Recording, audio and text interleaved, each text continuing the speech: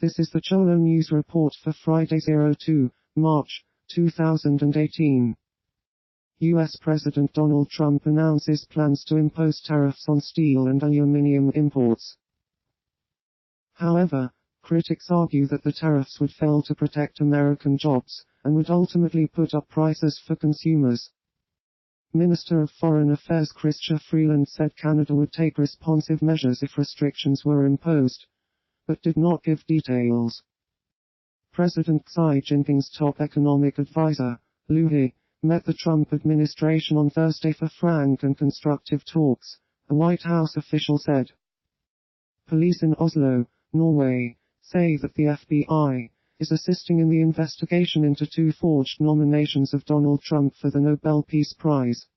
The impersonator allegedly used the same stolen identity twice. President Trump attends the Congressional Republican Leadership Retreat at Camp David in Maryland on January 6. Olav Njolstad, director of the Norwegian Nobel Institute and secretary of the Norwegian Nobel Committee, which awards the Peace Prize, told the Washington Post via email that it appears the same person is responsible for both forged nominations. Oslo Inspector Rune Skjold, head of the Economic Crimes Section, told the Post that police did not know the location of the person who sent the forged nominations when asked whether they came from the United States.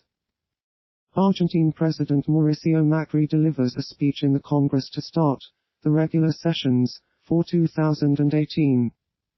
Since taking office in December 2015, after more than a decade of populist rule, Macri has reached a deal with creditors to allow Argentina to exit default, cut grains export taxes, and reduced utilities to lower the fiscal deficit to the government target of 3.2% of gross domestic product this year. Certain elements of that proposal, such as lower corporate penalties for firing workers, prompted an outcry from powerful labor unions. His focus on Thursday on just one element of the proposal, the labor amnesty, was indicative of the piecemeal approach the government now plans. A Senate Intelligence Committee report says that a House Intelligence Committee Republican was behind the leak to Fox News of private text messages between a Russian-connected lawyer and Senator Mark Warner, the committee vice-chairman, concerning an attempt to contact Christopher Steele, author of the Trump-Russia dossier. Committee Chairman Richard Burr later denied the leak report, first published by the New York Times.